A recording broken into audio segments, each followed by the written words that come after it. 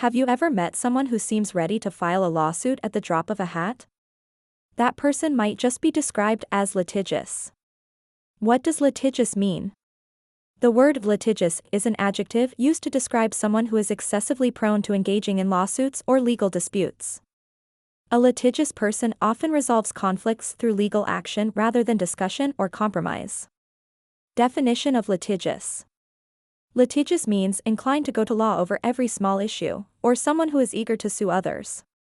It can also refer to a society or culture where legal battles are frequent.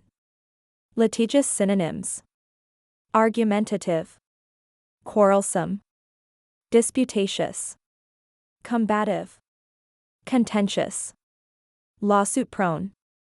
Using litigious in sentences. The company avoided any deals with the litigious contractor due to past legal threats. He became known for his litigious behavior, constantly threatening to sue coworkers.